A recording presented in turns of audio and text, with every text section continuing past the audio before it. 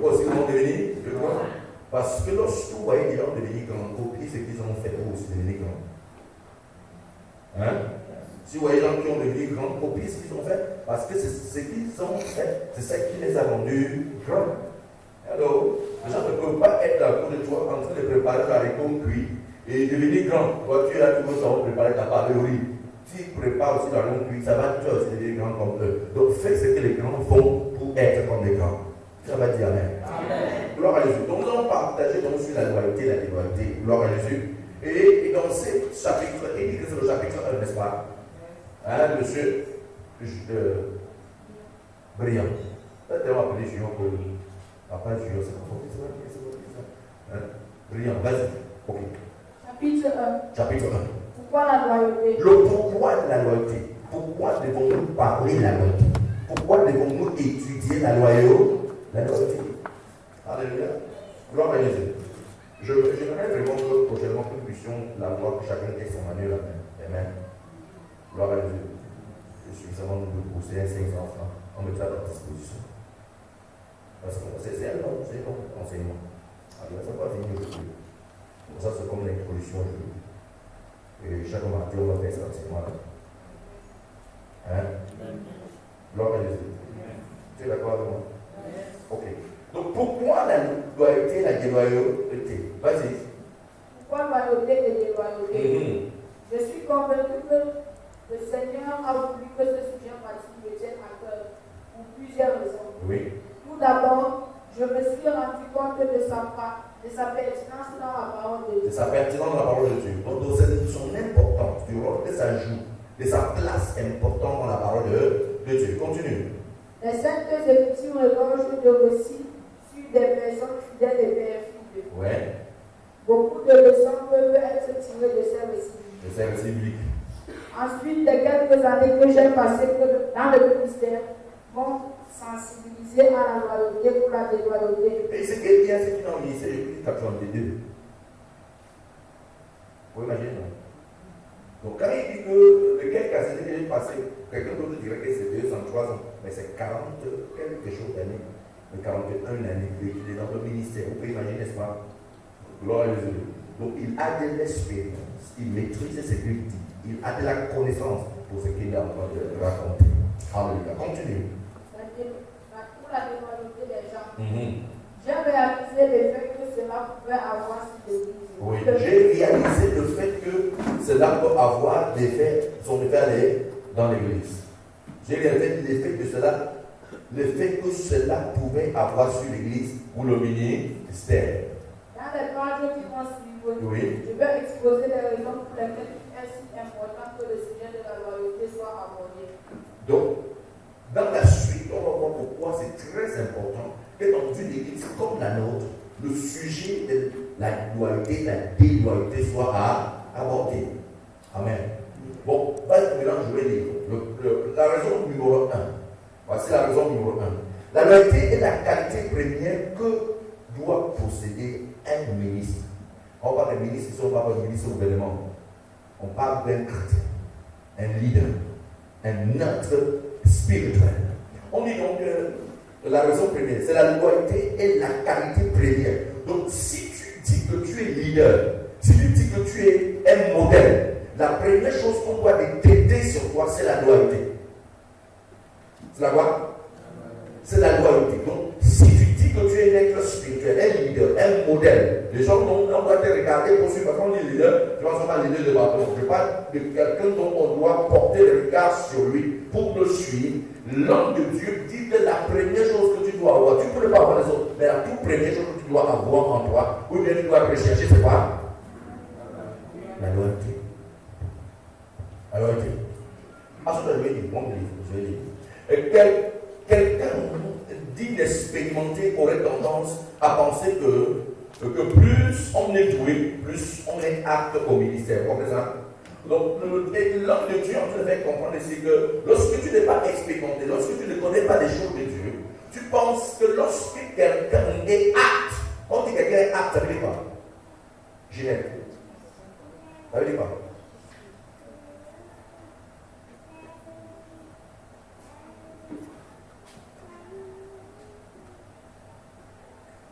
Ça veut dire quoi?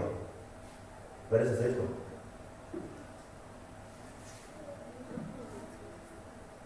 Hein? Donc, que tu es apte, tu as la capacité, tu as la maîtrise de quelque chose. Mais l'autre maîtrise, c'est quelqu'un qui est expérimenté ou quelqu'un qui n'est pas expérimenté aurait tendance à penser que plus on est doué, plus on est apte au ministère. Donc, quand on est doué, on est apte au ministère. Ça, c'est quelqu'un qui est expérimenté qui pense comme ça. Que quand tu es apte, alors tu es doué au ministère. Le peu d'expérience que j'ai m'a appris que ce sont des personnes fidèles et loyales et qui sont les plus qualifiées pour diriger. Donc, ce n'est pas parce que tu as la maîtrise, par exemple, de la louange, que tu sais chanter, que tu es qualifié pour être chanteur. C'est parce que tu maîtrises, par exemple, l'intercession, que tu dois être un intercesseur. Ce n'est pas parce que tu maîtrises la prédication que tu dois être quoi? Un prédicateur. Le fait que tu maîtrises ne te qualifie pas d'être leader. Le fait que tu connais ne te qualifie pas d'être leader. Mais qu'est-ce qui te qualifie? La loyauté. Le fait que vous pouvez être à l'église, vous êtes le plus talentueux. Vous savez que même dans l'église, il y a des personnes que si tu donnes le micro, il va faire quoi? Hein? Sincèrement. Il pourra chanter très bien, il pourra faire de bonnes choses. Mais ce n'est pas l'attitude qui te qualifie à quelque chose. Ce n'est pas l'attitude, la maîtrise de quelque chose qui permet que tu sois qualifié aux yeux de Dieu. Mais c'est ta loyauté, c'est ta loyauté qui te qualifie pour être cette personne-là. D'accord? D'accord? D'accord? La loyauté. Gloire à Jésus. Donc, le peu d'expérience que j'ai m'a appris que ce sont des personnes fidèles et loyales et qui sont le plus qualifiées pour diriger. Amical et étape à l'heure. Quelqu'un qui l'expérimenté pourrait penser qu'un frère amical ferait un bon pasteur. Donc, s'il est très attaché à toi et que vous êtes un bon pasteur, quelqu'un qui n'expérimente pas, donc quelqu'un qui ne maîtrise pas comment les choses de Dieu fonctionnent. Comment Dieu évolue. Donc, parce qu'il est très amical, il possède un bon pasteur. Quelqu'un qui l'expérimenté penserait ainsi. Il pourrait aussi penser qu'une personne douée des talents d'adorateur ferait le meilleur des prédicateurs.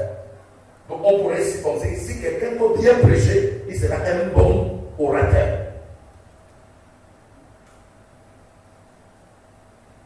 Hein? Alors que je vais poser une question comme ça. Est-ce que c'est pas comme ça que nous pensons tous? Hein? Non, le cas à la maîtrise. Mais c'est pas ce qui qualifie quelqu'un au Dieu de Dieu. Il sait. Il y a un moment que les gens sont. Non, il est prêt. Le gars est prêt. Oh, le gars est prêt. La première fois qu'il a entendu, moi aussi, le gars est prêt. Aux yeux de Dieu, que tu puisses être talentueux, ce n'est pas ça qui le meut, non. C'est pas ça qui le fait mouvoir, non. C'est ta loyauté. D'accord? Alléluia. Gloire à Jésus. Il pourrait se penser qu'une personne douée des talents d'orateur ferait le meilleur des prédicateurs. Détrompez-vous. La Bible nous enseigne que la qualité principale d'un dirigeant est la fidélité et rien d'autre. La première qualité d'un dirigeant, c'est pas? Et la fidélité, a ajouté à quelque chose, non? Cette chose, c'est quoi? Rien d'autre. Alléluia. Et rien d'autre. La fidélité et rien d'autre. Oh, j'aime ce message.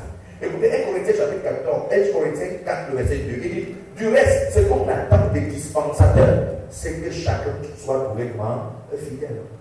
Ce qu'on attend des dispensateurs, c'est que chacun soit trouvé fidèle. Ça, c'est 1 Corinthiens chapitre 4, verset 2. Donc, la seule chose que Dieu attend de son fils, c'est qu'il soit quoi? Qu'il soit quoi? Fidèle. Donc, quand Dieu regarde la transformation ici, il regarde quoi? Les personnes fidèles. Pas les personnes qui font, non, des personnes fidèles. Pas ceux qui travaillent, mais des personnes fidèles. Pas ceux qui exercent, mais des personnes fidèles. Pas ceux qui font des choses, mais des personnes fidèles. Donc, quand tu es fidèle, tu attractes regard de Dieu sur toi. Alléluia. Gloire à Jésus. Et puis je suis entouré des pasteurs merveilleux qui travaillent avec moi. Beaucoup d'entre eux ne sont ni exagérément amicaux, ni très tapes à l'œil, ni particulièrement doués, mais le temps a montré qu'ils sont les meilleurs cadeaux que Dieu a fait à son Église et à moi. C'est l'homme de Dieu qui dit ça. Alléluia. Il a fait des, je pense, ça va déjà signer les assemblées. Alléluia. Mais il dit une chose que c'est ici. Il dit qu'il s'est rendu compte que les gens qui sont tout autour de lui ne sont pas des personnes qui sont excessivement talentueuses. Donc quand il prend le micro, il dit waouh. Non, c'est pas ça. Hein? Vous entendez ça? C'est pas. Mais il s'est rendu compte qu'il y a une chose, une particularité que tous ont, c'est quoi? La loyauté. Et c'est à cause de cela qu'il dit que c'est un don que Dieu a donné à l'Église et à lui-même. Donc une personne, aussi douée qu'elle soit, si elle n'est pas loyale, cette personne n'est pas un cadeau pour l'Église. Bon, si tu n'es pas un cadeau, ça veut dire quoi? Un poison.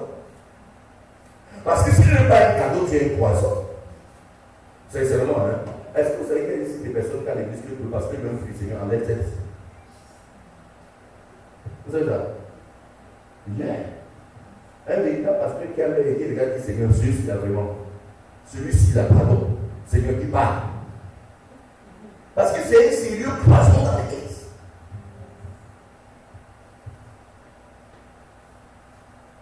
Quand il ouvre sa bouche, c'est le cabinet. Quand il parle, il a venu à l'église.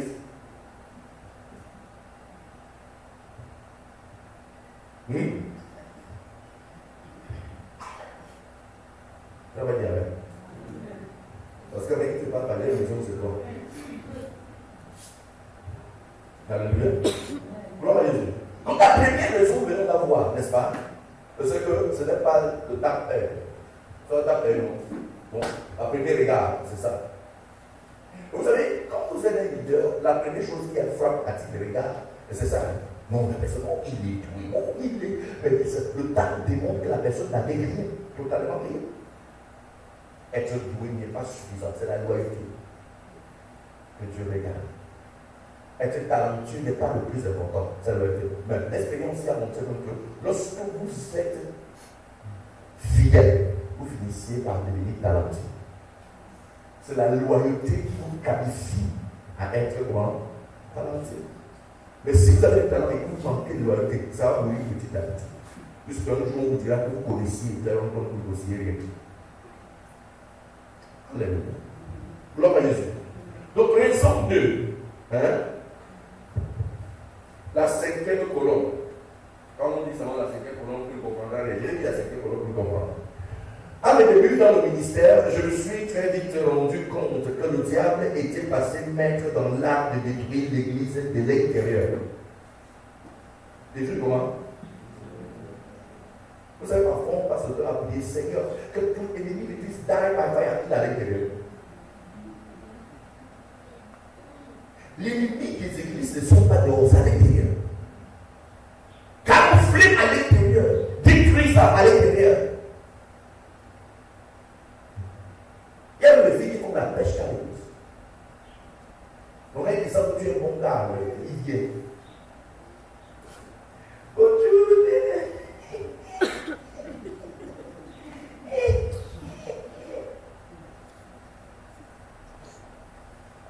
Je vous dis sincèrement, de l'intérieur, de l'intérieur, de l'intérieur, de l'intérieur. Le véritable ennemi de l'église n'est pas à l'extérieur. La personne qui a tué Jésus n'était pas de l'extérieur, était de l'intérieur. C'est pas ton voisin, j'espère que tu n'es pas de l'église de l'église. Nous lions, mais on se connaît.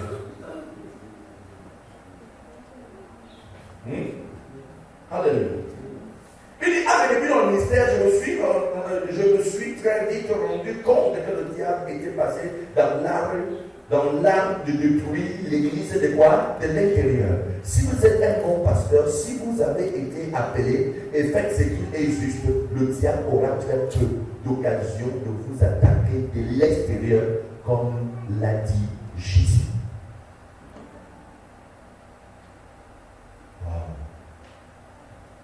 quitter votre mariage. Hein? Quand tu es pasteur appelé doué, tu as fait le travail. Il dit que le diable aura très peu de chances d'attaquer de l'extérieur. C'est de l'intérieur. De l'intérieur. De l'intérieur. Jean 14, verset 30. Il dit comme Jésus a dit. Il dit car le prince de ce monde vient, mais il n'a rien en moi. Donc le diable vient de l'extérieur, mais il n'a rien pour s'appuyer, pour t'accuser et en train de détruire. Mais il s'est camouflé des diamants de l'église. Vous réalisez que Satan n'a pas souvent l'occasion de lancer des attaques mortelles contre vous de l'extérieur. Jésus disait que même si l'ennemi le poursuivait, il n'avait aucun moyen de le détruire. Beaucoup de prédateurs sont dans ces cas. Étant donné que Satan n'a aucun moyen de les vaincre, il est obligé d'utiliser quelqu'un de l'intérieur.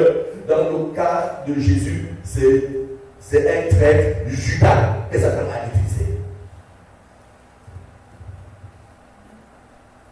Hein? Vous avez compris ce qu'on a dit là? Qu'est-ce qu'on a dit?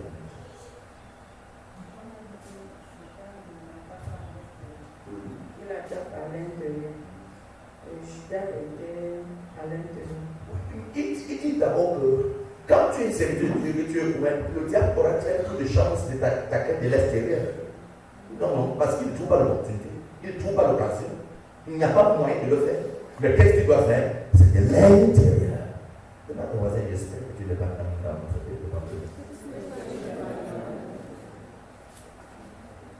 Alléluia. Gloire à Jésus. Je me souviens avoir lu l'histoire d'un général et qui avait encerclé une grande ville dans le but de la conquérir. Cette ville était hautement fortifiée par un mur et un portail immense et imposant. Le général avait encerclé la ville, prêt à attaquer. Un des amis du général s'approcha de lui en disant: Monsieur, comment comptez-vous venir à bout de défense de cette ville? Jusqu'à présent, personne n'a réussi à s'emparer de cette grande ville. Le général sortit et dit: c'est ma 5e colonne. Je compte sur elle pour arriver à mes fins. Très intrigué, l'ami du général demanda: c'est quoi cette 5e colonne? Je croyais que vous n'en avez que 4. Et le général de répondre: j'ai une 5e colonne. Oh, je vois. S'agit-il d'une unité de commando spécial ou de groupe d'aéroportés? Demanda l'homme. J'attaquerai de l'intérieur. Ça, c'est le général qui répond. Le général s'est mis à rire. Non, c'est rien de tout cela. Ma 5e colonne, ce sont mes espions, agents, amis et supporters, et qui sont déjà à l'intérieur de la ville. Attendez et vous verrez. Ils ouvriront ces immenses portails et de l'intérieur, et les troupes s'y précipiteront. C'est la seule manière dont l'ennemi peut détruire un ministère puissant qui marche et fait ce qui est juste. Vous avez compris ça? Le général avait 4 groupes qu'il utilisait généralement pour aller attaquer un terrain, pour aller attaquer un territoire. Et ce jour, il est face à un territoire qui, depuis des années, personne n'a pu conquérir ce territoire. N'est-ce pas? Et son ami lui dit: tu vas faire quoi? Tu dis que depuis des années, les gens cherchent à prendre la place, ils n'arrivent pas à prendre. N'est-ce pas? Le général va sourire et dit: non, j'ai une 5e. Et quelle 5e? Il dit: de l'intérieur. De l'intérieur. D'ici peu de temps, quelqu'un va ouvrir la porte de l'intérieur et je vais entrer prendre position du pays. Alléluia. De l'intérieur. J'étais aujourd'hui, non, c'est avant-hier, hier, aujourd'hui, c'est pas avant-hier. Je suivais des informations. Je suis quelqu'un qui aime des informations. Et pendant que je suivais des informations, il y a quelque chose qui m'a intrigué. Alléluia. Il y a eu une fuite de documents de Pentagone aux États-Unis d'Amérique. Et ces documents révélaient quoi? Et c'est que vous savez qu'il y a la guerre entre l'Ukraine et la Russie. Les espions de Pentagone ont toutes les informations russes sur leur bureau.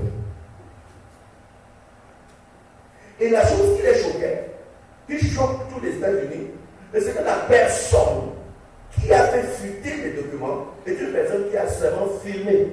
Donc ce n'est pas que c'est passé par l'ordinateur, non. Quelqu'un est entré dans le Pentagone et a filmé le document et a parlé. Ça change la tête des Américains. Donc il y a un ennemi à l'intérieur. Et ce qui m'intrigue à moi, eux-mêmes, parce que d'après les documents, ils sont très au courant, sont tellement informés par rapport à ce qui se passe en Russie. Et dans le palais même du président.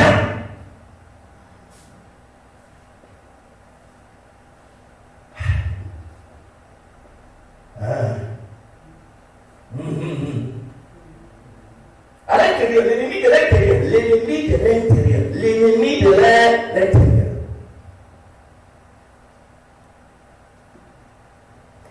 Eh madame, l'ennemi de l'intérieur. Demande ton voisin, tu es de l'intérieur ou de l'extérieur? Je veux dire, si tu es l'ennemi de l'intérieur.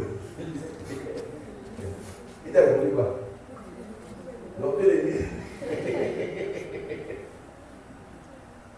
Alléluia. Gloire à Jésus. Oui, ça choque le Pentagone. Ils sont troublés par rapport à ça. C'est qu'un ennemi, ils sont des amis.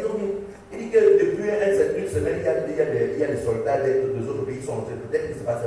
Ils sont en train de chercher de manière méticuleuse pour découvrir qui a pu faire une telle chose. Vous savez comment ils font ça? Il y a des personnes qui sont aux aguets de toutes les informations pour divulguer et salir les questions comme ça. Donc tu entends qu'il y a des malades qui ont critiqué son propre église. Son église. Il parle à même païen. À même païen. L'autre église là. Il a bien aussi voir. Il est c'est terrible là-bas. Après il dit qu'il est mal la translation. Il a été bon. Il a été bon. Il a été bon. Regarde. Si tu es mon ami sur Facebook, et si par erreur, je vois que tu as écrit contre une église et contre un pasteur, j'ai déjà entré là-bas, je fouille, je vais te suicider. Même si le pasteur avait quoi, même si l'église avait quoi, l'église n'est pas, le pasteur n'est pas Jésus. Et tous les fois qu'un pasteur a fait une mauvaise chose, et que tu l'affiches, tu as fait afficher Jésus. Je te suspends jusqu'à ce que mon amitié finisse pour toujours. Parce que tu t'attaques à mon Dieu, tu t'attaques à moi. C'est ça la vérité. Et tu, mon voisin, tu critiques Dieu et mon église. Je veux prêcher Jésus. C'est là le sang de Jésus. Ça ne passe pas. On se voit plus jamais. Allez, ça, c'est une place. Hello. Hello. Hello. Pentagone. On vient de dire, les États-Unis sont plus à cause de ça. Quelqu'un pour ici au Pentagone. Nous qui pensons que nous connaissons, nous maîtrisons. Comment est-ce possible? À cause de quoi? L'ennemi de l'intérieur. Un ennemi de l'intérieur. Un ennemi de l'intérieur. Est-ce que tu n'es pas un ennemi de l'intérieur? Dis-lui, si tu es un ennemi de l'intérieur, bientôt Dieu va t'exposer. Dieu va t'exposer.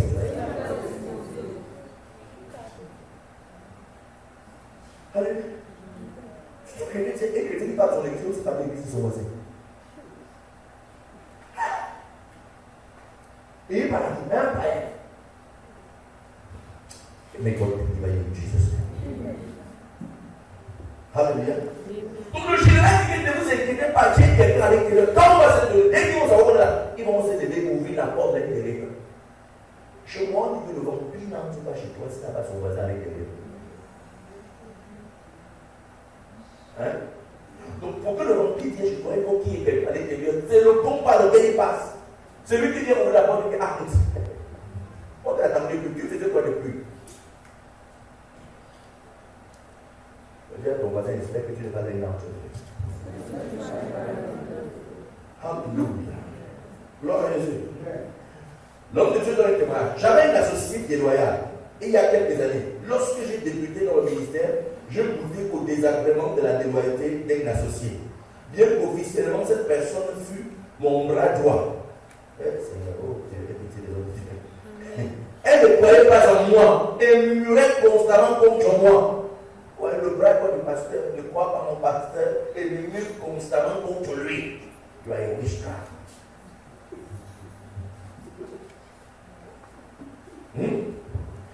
Mais sa maison était le lieu de rencontre de toutes les personnes mécontentes de l'église. La maison de l'assistant direct du pasteur était le lieu de rencontre de toutes les personnes qui sont mécontentes. Donc aujourd'hui, le pasteur a prêché, il parlait de moi, il parlait de regarder. Il appelait comme nom. Il disait Kelly, c'est sûr. Alors, ne serons pas s'asseoir chez l'assistant direct du pasteur. Je t'avais dit, non? Je t'ai dit, c'est là où le propos s'achauffe.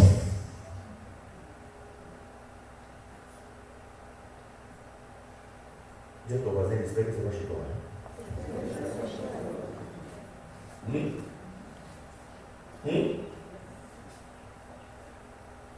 Ah, papa, bien qu'officiellement cette personne fut mon bras droit, elle ne croyait pas en moi, elle murmurait constamment contre moi. Sa maison était le lieu de rencontre de toutes les personnes mécontentes de l'église. Chaque fois qu'elle se réunissait, elle parlait de moi.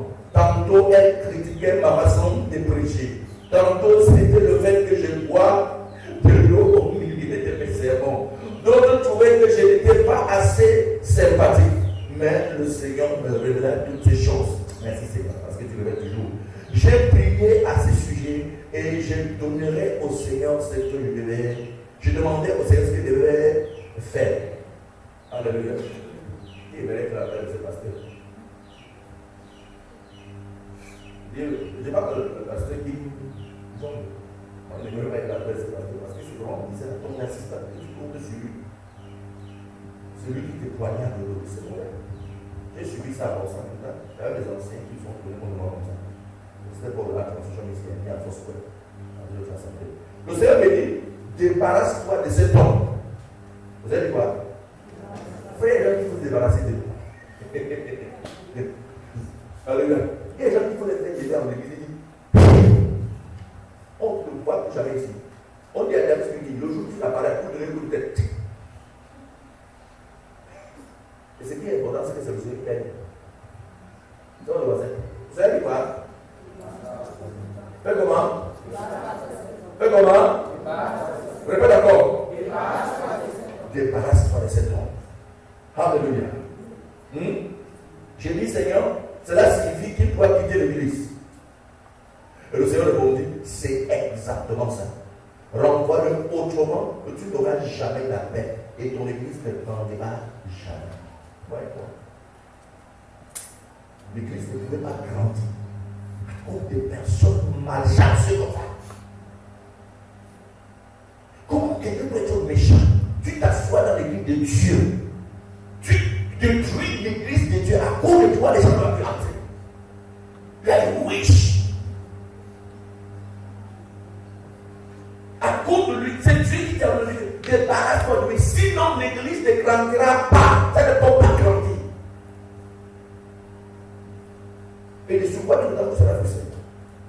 Imagine que les gens sur la chose, vous allez connaître parce que vous allez raconter. Et c'est ça. Mais bien-aimé, au nom de Jésus. Alléluia. Je ne peux pas répéter parce que pour rentrer, parce que je sais que vous me détestez dans votre cœur. Et l'homme de Dieu devait être frustré à cause de ça. Parce qu'il y a un sorcier assis dans l'église, empêchant l'église de grandir, empêchant les chrétiens d'être sauvés.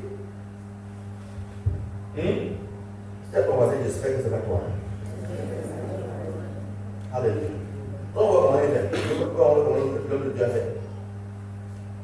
Le Seigneur a dit que c'est exact. Renvoie-le autrement. Tu n'auras jamais la paix et ton église ne grandira jamais. Je réunis alors les anciens d'église. Au cours de cette réunion, je dis, je constate que je n'ai pas le soutien du frère X. Bon, il ne peut pas le nom. Je constate que le soutien du frère X. Il fait sans cesse de critiques à Serre. Au frère X, je dis, Je sais que tu ne crois pas en mes capacités de dirigeant. C'est moi qui t'ai formé, c'est moi qui t'ai élevé. Et aujourd'hui, tu es trop grand pour rester sous mon autorité. Regardez pour la méchanceté. En plus, c'est lui qui lui est formé. Comment quelqu'un peut te former dans le péché, tu le critiques? Sur quelle base? Donc tu as grandi, tu es dépassé. Alors que ça, tu as grandi.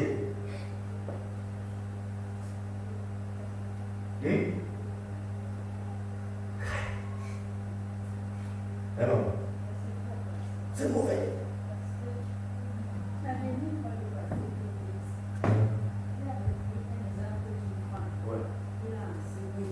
Il a enseigné.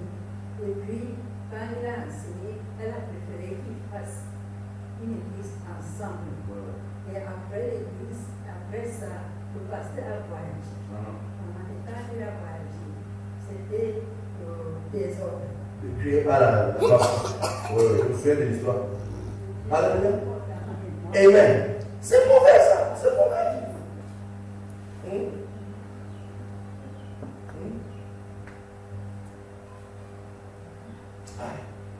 May God help us. Jesus name. Vous dites pas maintenant, Au fait, j'ai dit, je crois que tu ne crois pas en. Tu crois plus en mais tu ne crois plus à mes capacités dirigeantes. C'est moi qui t'ai formé, c'est moi qui t'ai élevé. Et aujourd'hui, tu es trop grand pour rester sous mon autorité. Je lui demandais, à ton avis, que devons-nous faire? Le frère X répondit, essayons d'arranger des choses. Mais le verset que le Seigneur m'avait indiqué me revint à l'esprit. Chasse le moqueur et la querelle prendra fin. Fais quoi? Et la querelle chasse et la querelle prendra fin. Ouais, c'est bien. Donc il y a quelque chose qu'il faut chasser. Pour qu'il y ait plus de pro. Donc le jour où tu as dit quoi parce que ne connaissez pas, tu as compris. Chasse le moqueur et la querelle prendra fin. Et les disputes et les outrages cesseront. Je pointais le doigt en direction de mon assistant et je lui dis, tu sais aussi bien que moi que ça ne marchera pas. Tu ne crois pas en moi. Et j'ajoutais, à partir d'aujourd'hui, je te décharge de toutes tes responsabilités dans cette église. Et il s'exclama, quoi? Lui dit, je continuerai à venir à l'église même si je n'ai plus certaines responsabilités. Je m'agrippe sur toi. Je suis né pour détruire. Alors, il voulait dire que je m'agrippe sur toi. Je suis né pour détruire cette église. C'est ce qu'il voulait dire simplement. Je m'agrippe sur toi. Ma mission était de détruire. Je vais détruire. Alléluia. Mais je n'aimerais pas être la place de d'autres dames. C'est terrible. Jesus Christ. Alléluia. Alléluia. Tu dois quitter cette église sur le champ. Mais je lui dis, non, tu dois t'en aller. Tu n'es plus des nôtres. Ta présence dans cette église ne peut être néfaste. Crois-moi. Et ce n'est pas chose facile de chasser un ami et associer le longue date. C'est pas facile. Donc, ce n'est pas qu'il était content de le faire. Mais il savait, il connaissait qu'il doit le faire. Il savait, il connaissait, il doit le faire. Seigneur, merci pour être courage. Donc, aussi, c'est un courage.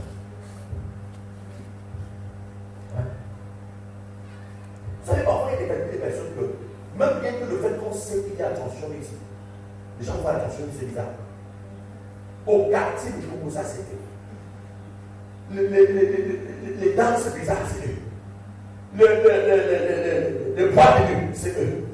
Les garçons, c'est eux. Les filles, c'est eux. La manière, c'est eux.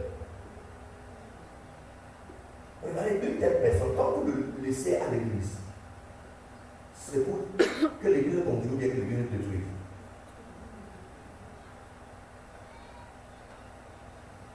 Hein, maman? C'est vous l'église d'or. C'est vous l'église ma femme. Pourquoi l'église? Qui croit que ce que l'église est sécurité dans le droit? Bon, il croit que c'est pour lutter dans le vie. Le frère son ami associé dit écoute, nous voulons arranger les choses. Je l'ai enseigné lors d'un examen. J'ai dit que le traître restera un traître. Les traîtres ne changent pas. Les traîtres ne se convertissent pas. Judas était une traître plus que nous, il a d'abord son coup. Les traîtres ne se répandent pas. Ceux qui trahissent continuent de trahir.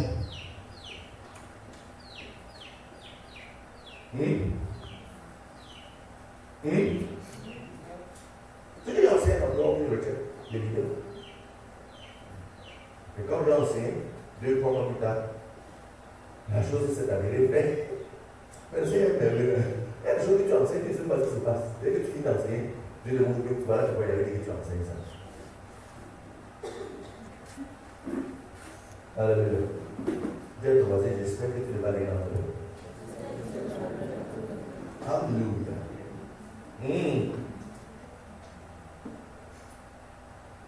Bon, je vais te poser une question.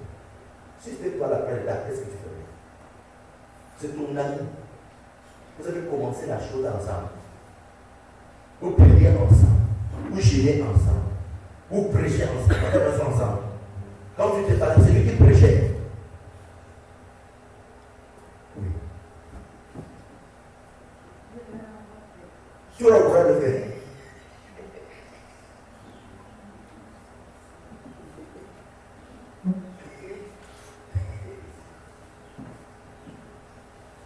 Alors, tu vas le voir. Le cœur n'est pas bizarre que tu renvoies là. Tu penses qu'on veut depuis ensemble. Aux heures d'intercession, chaque. Hein? Attends. Tu veux comment?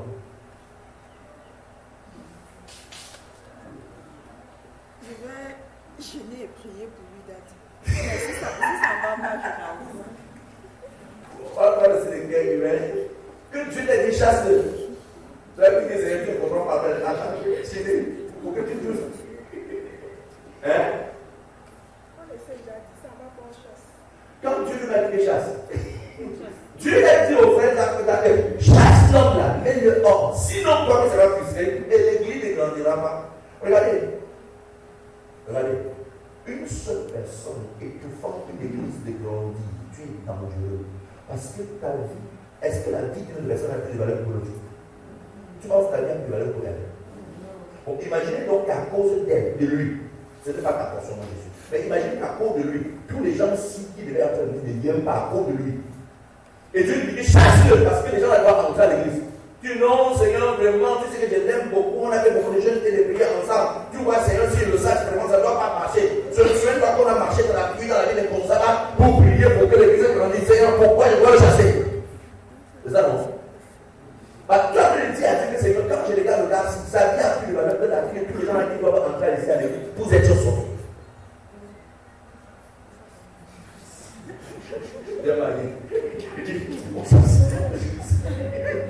C'est la vérité.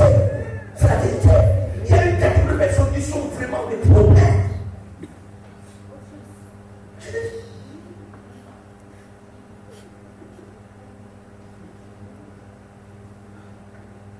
Imagine qu'à cause d'une seule personne, 25 personnes qui devaient être sauvées vont en enfer. Tu veux que tu fasses grâce au pasteur parce que si mon pasteur lui va le suivre en enfer. Seigneur, donne-moi le cœur là-haut. C'est pas facile.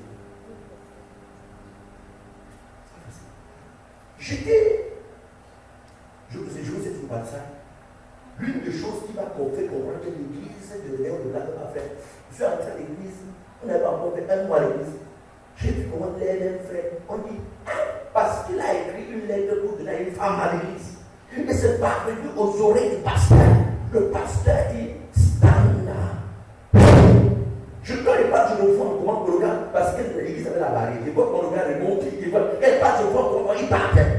J'ai dit, j'ai fait un garçon qui a crié les filles. Et il dit que l'église est là-bas. J'ai dit, Jesus is Lord. J'étais devenu sérieux, frère.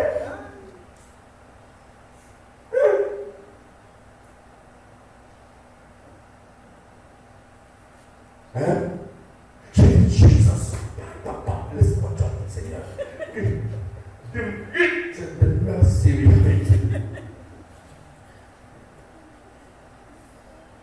quand tu dis une fille, tu vas savoir, tu dis, Jesus!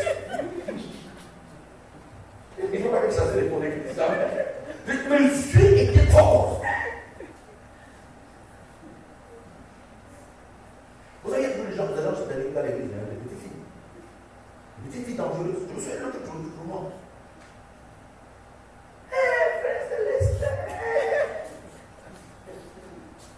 Quand elle fait ça, il dit, la fille, c'est ce qu'on appelle l'église. Je lui dis, Frère Célestin!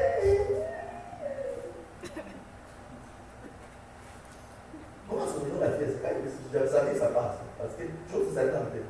Le bal jusqu'à 97. Frère Célestin!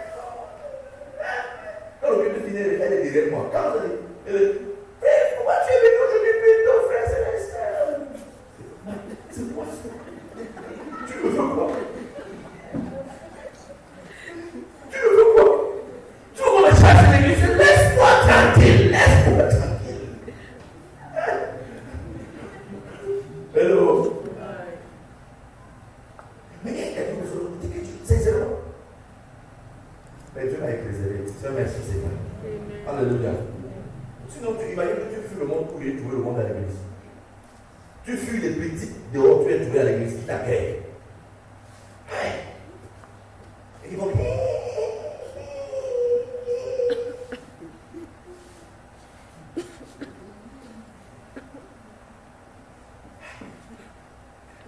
Je suis alors, quand il dit, je suis entré dans une église, je préfère tel nom, comme n'a pas assemblé avec toi. Dans le groupe de jeunes frères, chacun sa petite. Je dis, Seigneur, oula! Je me suis commencé à crier à Dieu. Seigneur, que je donne-moi une église, je ne veux pas. Parce que le leader lui m'avait sa main.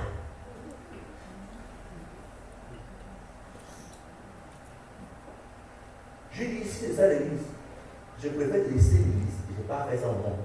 Pourquoi venir à l'église et jouer avec Dieu? Hein? Tu fais des bêtises avec Dieu. Venir dans la présence de Dieu. Faire des bêtises pareilles. Se manquer de respect à Dieu. Et ça t'a tiré la malédiction. C'était maudit. Et maudit ta génération. C'était détruit. Pourquoi tu veux te détruire? Pourquoi? Tu sens que tu vas rester à faire des choses là que de venir à l'église faire des bêtises à l'église. C'était détruit, ne te détruis pas. Ne te détruis pas. Garde ta vie précieuse. Quand tu vas tout le monde là-bas, tu fais des choses, Dieu ne va pas la faire des choses. Mais tu viens dans sa maison, et tu veux aller dans sa maison, et tu veux montrer que tu es la nga de tous les gars, tu es le boss de tout le monde de tout le monde.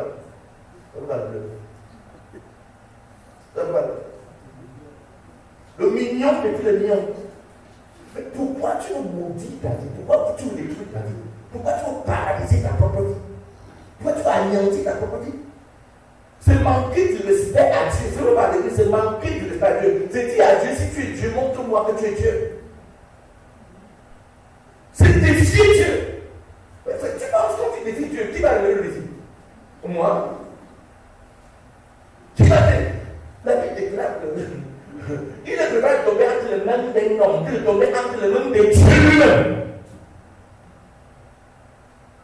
Il préfère tomber entre les mains d'un homme. Parce que la personne par contre parler, il est un homme, mais tomber entre les mains de Dieu lui-même.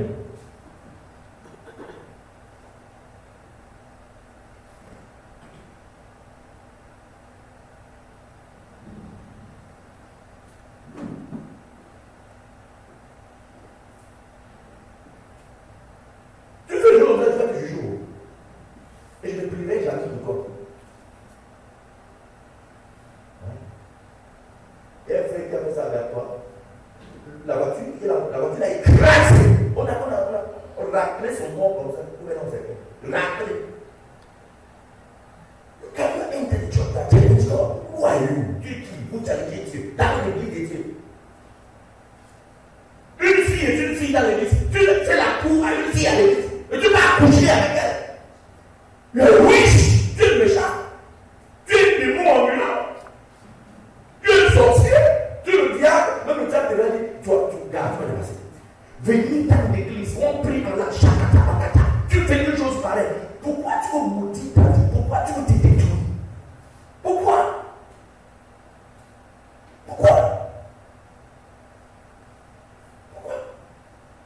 Tu détruis ta vie, pourquoi?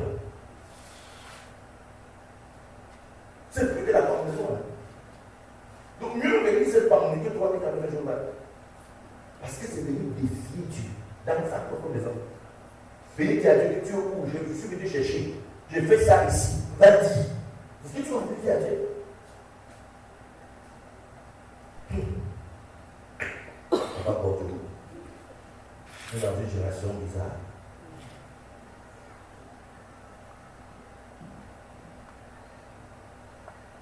Alléluia.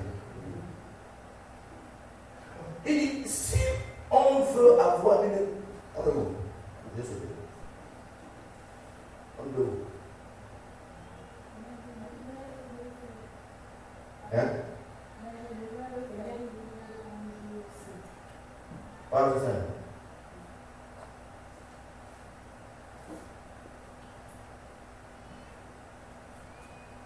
Mais je lui dis, non, tu dois aller. Tu dois t'en aller. Tu n'es plus des nôtres. Ta présence dans cette église ne peut plus être néfaste. Crois-moi, ce n'était pas une chose facile que de chasser un ami et une associée de longue date. Mais je devais le faire.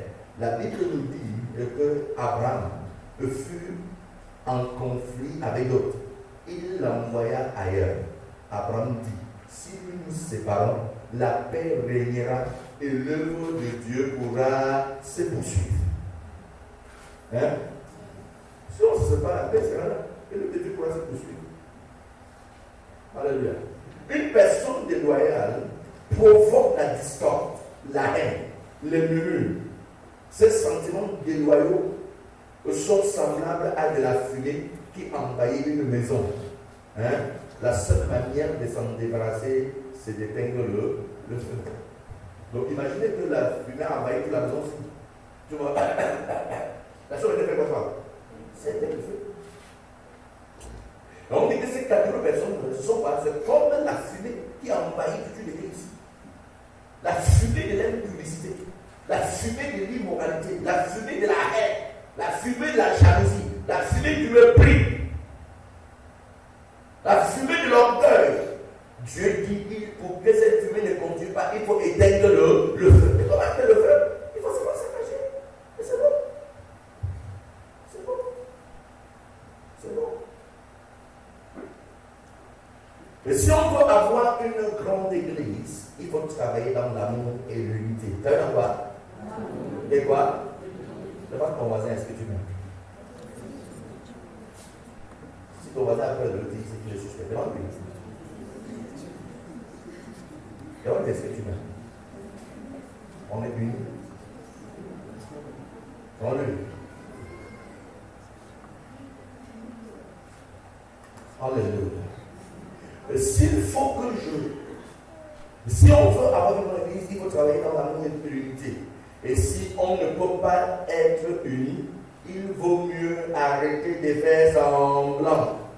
Voyez-vous, j'encourage les gens à quitter mon église s'ils ne sont pas avec moi. Je ne suis pas d'accord avec moi. Ouais. Pas d'accord avec moi. Ils n'ont plus de corps sur les pieds. Que de trouver des gens pour rien. Bravo. Les personnes qui disent que je ne l'équipe pas, je vais te détruire. Que j'ai été mandaté pour détruire, je vais les détruire.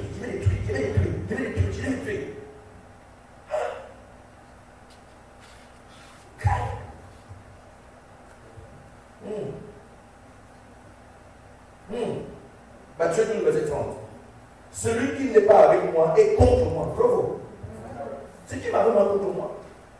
Tu n'es pas avec moi, tu es du moulin. La tête parce que c'est mes nerfs, tout ça. Quand il parle, c'est ça. Mon cœur, comme ça, j'ai envie de le tuer. J'ai envie de la tuer, sa tête, j'ai envie. Et pourquoi tu es là? Quelqu'un t'a arrêté, il y a des comptes sur tes pieds, il y a une chaîne. Go là, bro. Go là, c'est ici. Ah,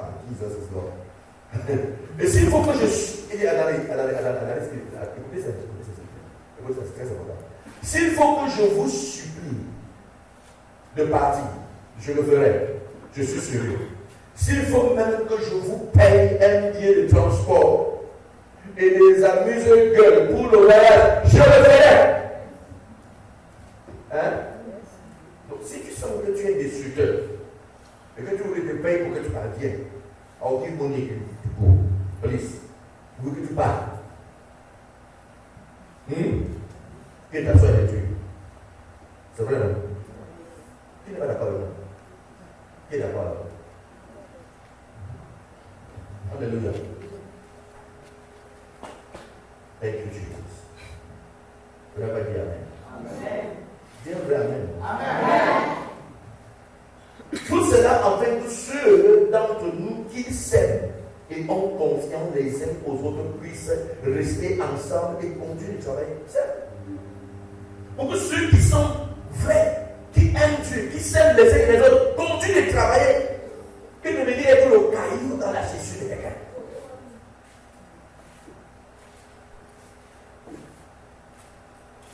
Hein? Ne sois pas le caillou dans la chaussure de l'Église. Au nom de Jésus. Débarrassez-vous des imposteurs. Je ne sais pas faire semblant. Je ne sais tout simplement pas le faire. Mais l'Église est remplie de surnois. Ils font semblant de vous aimer et de vous soutenir. Mais au fond, ils vous méprisent.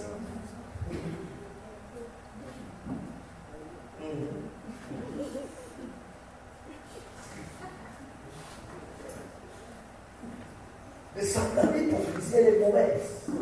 C'est une mauvaise chose. C'est très mauvais. N'êtes pas semblant. Pourquoi tu fais ça? Tu vas content, tu vas content. On arrange ça. Une des villes que j'ai beaucoup aimé depuis que je suis certain que j'ai aimé beaucoup d'erreurs. Ça ne va pas. Hein? Quelqu'un te raconte, pasteur, je ne suis pas content. C'est pas encore mon frère. Qu'est-ce que non, regarde. Et vous, c'est fini. C'est fini, c'est pas grave. Non, c'est fini. Quand c'est fini. Tu peux l'entendre que c'était mon frère. J'ai aimé Bertrand à partir de ça. Là, il va faire Bertrand, la personne que j'ai duré devant Bertrand. C'est vraiment devant Bertrand. J'ai duré en concert plus qu'avec toi. Mais j'ai aimé Bertrand à partir.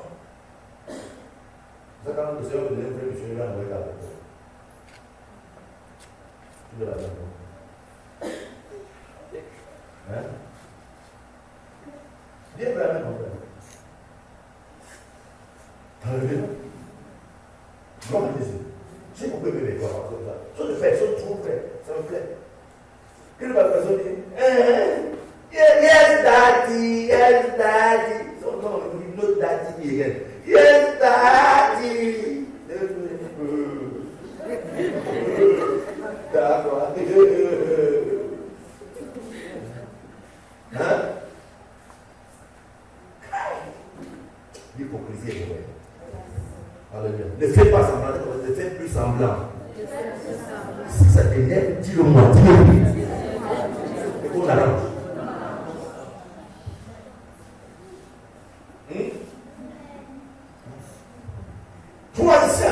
Troisième raison pour laquelle on enseigne la loyauté, n'est-ce pas? Afin que l'amour de Dieu fait quoi? Remplisse l'Église. Ça fait quoi? Remplisse quoi? L'Église. Donc la troisième raison, c'est pour que l'amour de Dieu remplisse l'Église. Le ministère est censé fonctionner grâce à l'amour, l'unité, le travail et l'équipe. Le ministère est censé quoi? Fonctionner grâce à l'amour, l'unité et le travail de l'équipe. Alléluia. Et s'il n'y a pas l'amour, c'est grave. Imaginez que vous pouvez vous prier, son cœur fâché, lève-toi en prière. Tout dans le oh Seigneur, pardon que je prie. Seigneur, mon Père, pardon que je prie. Oh, pardon que je prie. Tu appelles que Dieu. Dieu ne peut même pas sentir ça.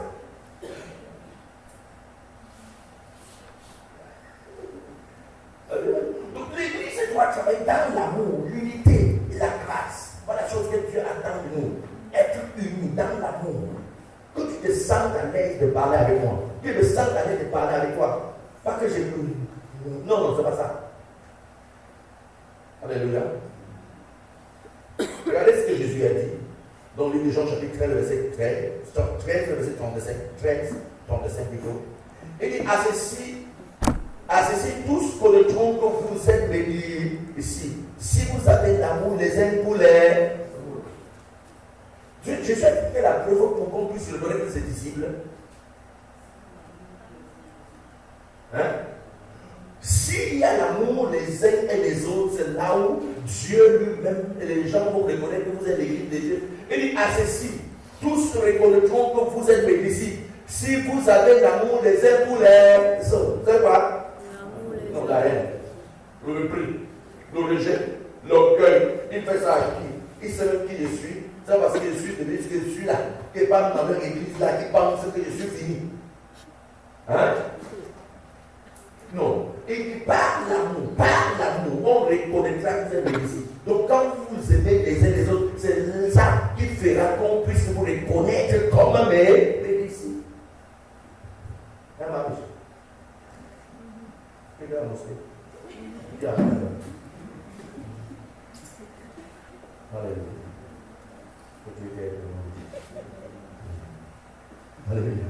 Si vous voulez être intelligent et efficace, vous devez manifester l'amour de Jésus, l'amour dont Jésus a parlé. Les gens sont attirés par l'amour. Quand ils voient des dirigeants qui s'entendent et s'aiment réellement, ils sont attirés.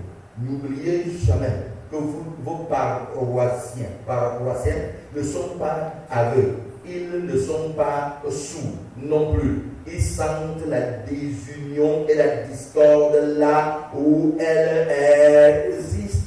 Si vous entendez, ça veut savoir. Voici une église, par exemple. Quelqu'un me pose la question. Je réponds à la question. Il parle quoi? Mon ami pose la même question. Mon ami pose, il répond de l'autre manière. Il dit que. Je ne comprends pas. Il saute encore, il parle voir l'ancien, c'est l'ancien, quand même, il pose la question. Ancien aussi, il répond bizarrement, il dit. Et qu'il voit le théâtre, il répond bizarrement, il dit. Les gens là sont désabusés, ils ne savent pas où ils le font. Mais quand il y a unité, lorsque tu poses la question, je réponds. Tu poses où il répond. Ancien répond, Jacques répond, tu dis waouh. Les gens, c'est ça, on ne fait pas.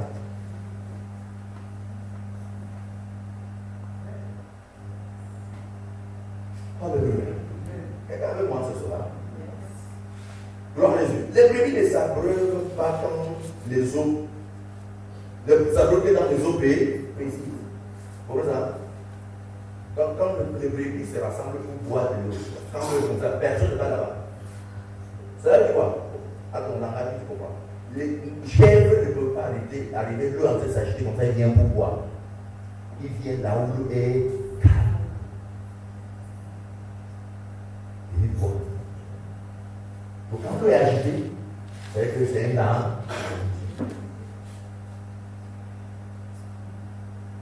Quand les leaders se comptent des têtes les uns les autres, c'est l'église suspect. C'est dangereux. On peut le dire dans ce cas-là. Très important. Alléluia. Chaque pasteur doit avoir à l'esprit qu'une brebis ne s'abreuve que dans les eaux paisibles. Si l'eau est troublée ou agitée, la brebis ne s'en approche pas. En effet, rien n'est dit que cette eau n'abrite pas un crocodile. Hein? Il dirige pas vers les eaux paisibles. Somme 23, verset 2. Il dirige pas vers où? Mais les eaux paisibles. Le Seigneur dirige les âmes vers là où il y a la paix.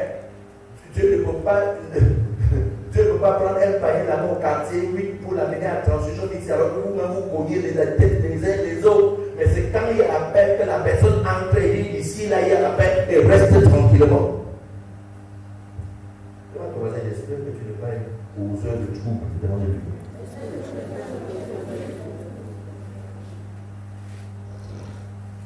Quand il y a de la perfide et de la méfiance, vos paroissiens prennent peur et ne se mettent sur leur garde. Ils se tiennent alors à l'écart.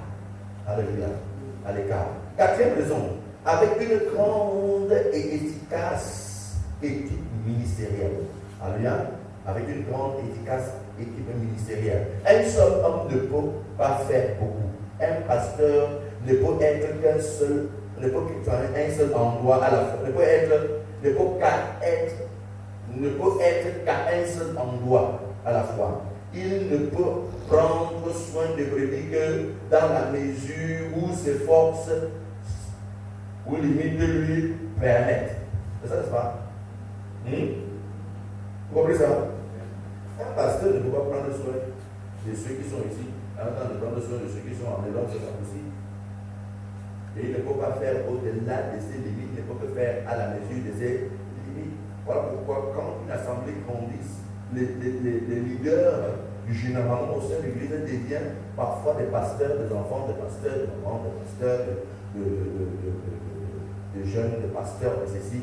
Pourquoi? Pour permettre le développement. Parce que le pasteur, lui, ne pourra pas prendre soin des femmes, ne pourra pas prendre soin des mamans, ne pourra pas prendre soin des jeunes, ne pourra pas prendre soin des coutumes, pour permettre donc le développement de l'église. Parce qu'il ne peut que faire à la mesure de ses moyens, de ses capacités, de ses limites. C'est pourquoi quiconque veut étendre son ministère et porter du fruit doit apprendre à travailler avec un grand nombre de personnes. Ce sont ces personnes qui constituent l'équipe que je parle. Cela dit, il faut mieux travailler seul qu'avec une équipe de personnes déloyales, contrariées, désunies et dissidentes. Vous comprenez ça? Il est mieux d'être seul que d'être mal accompagné, juste comme ça. Gloire à Jésus. Vous ouvrez une assemblée quelque part, vous envoyez quelqu'un de déloyal là-bas. Ça, c'est fait dans 2 jours. Gloire à Jésus. Vous ouvrez une cellule prière, vous envoyez quelqu'un de déloyal là-bas. Ça va. Tu vas venir un jour là-bas. Ici, on prie comme ça. Voilà. Il s'est déjà mis là-haut. Non, mais tu as dit, mais tu sais, ici, il y a déjà comme la maîtrise. La maîtrise, la prière. La maîtrise, la prière. Aujourd'hui, là-bas, la maîtrise, la prière. Alléluia. Elle est là. C'est ça, mon frère.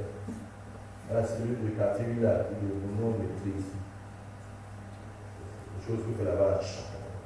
Oui, il est le membre, oui. Hein? Tu vas aller, mon frère. Au quartier. Attends, c'est un frère qui a fait le venir en frère. Attends, le frère.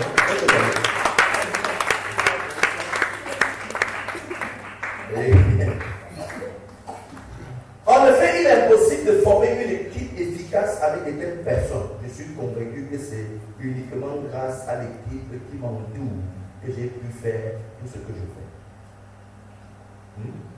Ouais, le grand secteur du nom. Et que j'ai pu faire ce que j'ai fait à cause de bonnes équipes qui m'entourent, et non de personnes déloyales, des gens qui tapent d'eau, qui vont me taper d'eau. Hein? Alors, là, on était à taper de l'eau, pasteur. Demande-lui. Qu'est-ce que vous faites? Vraiment? C'est à taper de l'eau. Jésus.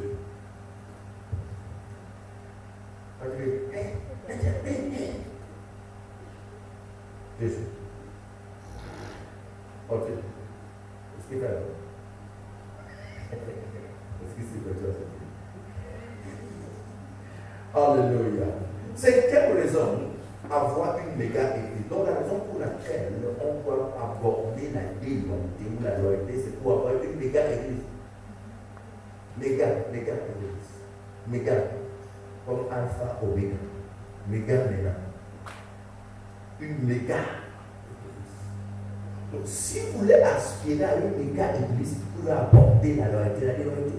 Sinon, vous ne pourrez pas. Vous allez être une église de 4 personnes, 20 personnes, 30 personnes, 100 personnes, pour rentrer encore 7 ans, pour monter à 120. Mais quand vous aspirez à une église méga, 1000 membres, 2000 membres, 3000 membres, il faut aborder la loyauté et la déloyauté. Qui est là où on parle de ça maintenant? Qui vont parler de ça maintenant? On vient de dire dans l'église ce soir, mais non, je vous vois. Parmi les querelles, Alléluia. Gloire à Jésus. Même la diaconesse, elle ne peut pas. Elle va lever sa main. Alléluia. Au moment où j'écris, il existe des églises Lighthouse à travers le monde. Ghana, Afrique du Sud, Nord, New York, Suisse. Pour ne citer que celle-là. Ces églises font partie d'un réseau royal. Quelqu'un dit royal. D'un réseau royal envers le siège de l'église au Ghana. Les gens me demandent souvent comment faites-vous pour faire marcher les églises qui se trouvent à différents endroits. Quelle sorte de contrôle exercez-vous? Vous savez, une grande partie du système repose sur la loyauté. Les églises sont dirigées par des pasteurs loyaux envers le Seigneur, envers moi et envers la vision de Lighthouse.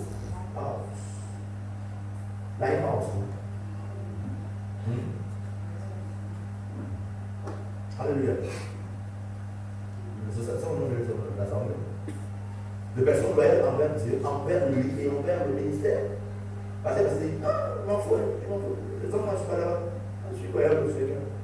Vous ne pouvez pas être loyal au Seigneur sans vous être loyal à quelqu'un. Vous êtes loyal à l'église. C'est not possible. Alléluia. C'est not possible. Alléluia. À défaut de la loyauté, tout réseau ou dénomination subit une désintégration constante. Il ou elle se divise souvent en groupuscules et sous-églises de petite taille. Donc quand la loyauté, c'est comme ça que ça se passe. Les églises différentes deviennent des petites chambrettes, sans parler d'une église de taille. Alléluia. Leur église s'est désintégrée. Je me souviens d'une branche d'église qui s'est désintégrée à cause de la désunion. Des graines de déloyauté de longue date étaient apparues peu après une récolte de fonds organisée dans cette branche. Il y a une récolte de fonds, l'église s'est dispersée.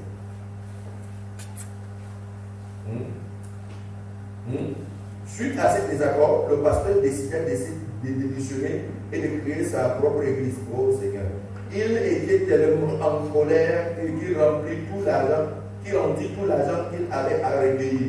Bien entendu, les paroissiens étaient très surpris que l'argent qu'ils avaient donné à l'église leur soit rendu. Ce pasteur fit circuler une très mauvaise rumeur sur cette dénomination et ses pasteurs principaux. Naturellement, l'église se désintégra quasiment suite aux agissements de ses pasteurs. Il fallait que tu donnes l'église à l'église, tu donnes l'argent à l'église pour le Seigneur, tu viens voir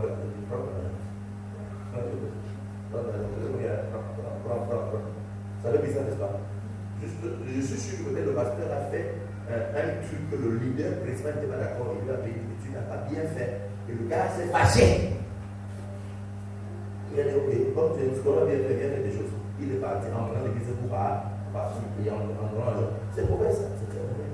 Chers amis, je peux vous donner plusieurs exemples d'églises, en particulier des branches d'églises situées dans les grandes villes, et qui se divisent et se désintègrent constamment. Ce dont je suis sûr, c'est qu'à défaut des pasteurs royaux, ayant des principes, le ministère de notre Seigneur sera aujourd'hui limité. Donc, vous comprenez donc qu'il n'y a pas d'église qui puisse exposer, qui puisse grandir sans la puissance de la loyauté. S'il n'y a pas la loyauté, les églises vont se commettre des têtes des uns et des autres et ne pourront jamais être établies.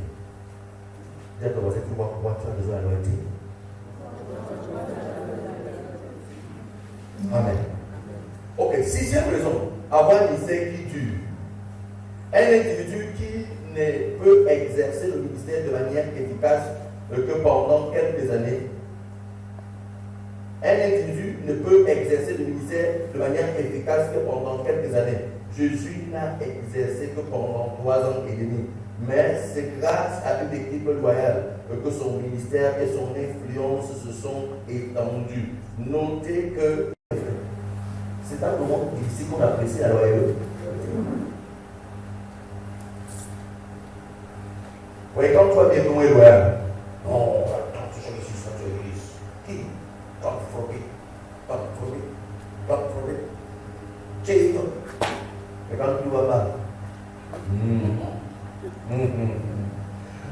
L'homme de Dieu a raconté comment, on verra ça dans la suite, comment un jour les gens dans le secteur de l'église, où il habitait l'église, où il lançait les cailloux sur l'église, l'orthodoxe du jour.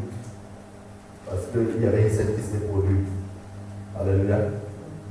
Bon, imagine donc que tout le quartier soit avec un produit. Tu vas pas venir ici. Un malade. You come again. Are you sure? That's just talking. Are you sure? Alléluia. Voyez-vous, c'est surtout dans les moments difficiles que l'on apprécie la loyauté. Quand tout va bien, tout le monde paraît loyal. Quand tout va bien, tout le monde paraît comment? Tout le monde paraît très peu m'ont soutenu. Je suis très reconnaissant envers les pasteurs qui m'ont soutenu au cours de mon ministère. Ils m'ont vu m'élever et m'ont soutenu, même dans mes erreurs. Pour moi, ils sont différents des autres. Comme Jésus l'a dit, ils ont une récompense spéciale. Alléluia. Ils ont une récompense pas spéciale. Amen. Qui est béni par ce message? Gloire à Jésus. Amen. Encore le message de béni.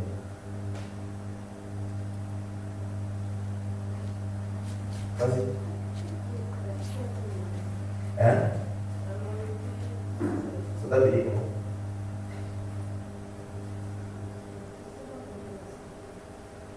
Je ne sais pas. Ok, pendant que tu réfléchis, je viens. Claire, comment ça t'a béni? Vous avez fini? Je vois dans l'église. En quoi ça t'a béni? Qu'est-ce que tu as compris? Hein? Tu avais compris, j'ai rien compris. Alors tu vas venir en plus. Alléluia. Nous aurons la suite d'enseignement et qui est la deuxième étape, le deuxième chapitre qui est quoi?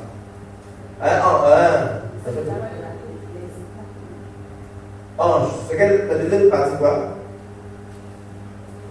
La deuxième partie c'est quoi?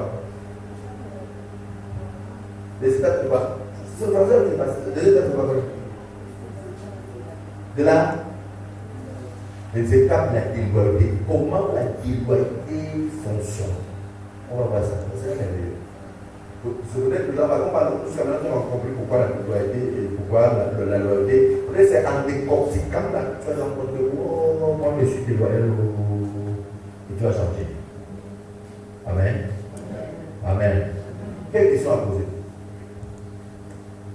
Oui?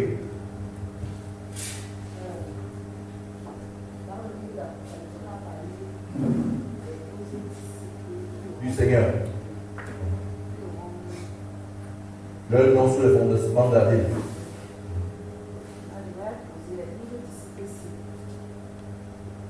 Tu veux savoir si c'est à Judas? Non, ça ne va pas. Qui a été remplacé? Ouais. Judas c'est pendu, non? C'est pendu. Là, en fait. Ouais, vous pouvez soutenir jusqu'à la fin, vous devenez un traître. Regardez, les voyages, il a été excommunié. Question? Oui? Par rapport à ce qui est dit, parce que c'est dans la chute. Vas-y. Alors, vous avez dit que dans la majorité, on a la totalité de sa bénéficiaire. J'aimerais savoir quelle totalité. Nous avons expliqué, non? Bon et fidèle serviteur en la repose de ton maître. Bon et fidèle serviteur en la récompense de ton maître. Le Seigneur, nous travaillons pour recevoir une récompense. À moins que tu pourras recevoir la récompense du Seigneur, moi, attendre une récompense de Dieu. Maintenant, il explique que lorsque vous êtes loyal, vous entrez dans la totalité de votre récompense parce qu'il y a un seul mot que nous attendons du Seigneur, quoi? Bon et fidèle serviteur. Vous pouvez être un serviteur, vous n'êtes pas bon, fidèle, vous n'êtes pas fidèle, vous n'aurez pas de récompense. Mais celui qui a été bon, fidèle, aura sa récompense totalement, non? Il y a beaucoup de personnes qui servent Dieu mais qui ne sont pas fidèles à ce qu'ils font. Donc ils font la danse de petits pays où le gars aujourd'hui, il est tellement zélé. demain il est à température 50, après tu le vois encore à température 70, après il descend à température 5. Et ils sont, Jésus a dit parce que tu es ni froid, ni chaud, je te vous va. Donc si tu es froid, il conseille que tu n'as rien à faire avec lui. Mais si tu es chaud, donc si tu es tiède, température tiède là, Jésus ne te veut pas ça. Donc si tu es chaud, bouillant, nous allons même fire. On dit fire, c'est quoi? C'est la passion. Lorsqu'une personne est en feu, il est passionné. Un chrétien passionné, c'est ça que Jésus recherche. Mais un chrétien froid, c'est un païen, mon Dieu. N'est-ce pas? Pourtant, il dit qu'il est chrétien. Et Jésus a dit jusqu'à dire que quand tu es tiède, ouais, on ne mange pas le repas qui est chaud. Mais Jésus dit que c'est ça qu'il veut. On mange le repas qui est tiède, non. Ce qui est chaud, ça n'est plus à la preuve. Mais Jésus dit c'est ça qu'il veut. Donc Jésus veut des chrétiens chauds, et le soir la récompense. Mais si tu as la température 30, 5, 7, non, tu n'as pas dans sa liste. Pourtant tu as l'église, pourtant tu fais le truc. Et tu peux avoir la récompense. Ya? Vas-y. Il voulait demander s'il est capable d'aimer tout ça et tout loyal. Si on peut aider tout ça, non possible. C'est pas possible. C'est pas possible. Parce que si on, dans la suite, tu verras que la déloyauté démontre en fait qu'on n'aime pas Dieu.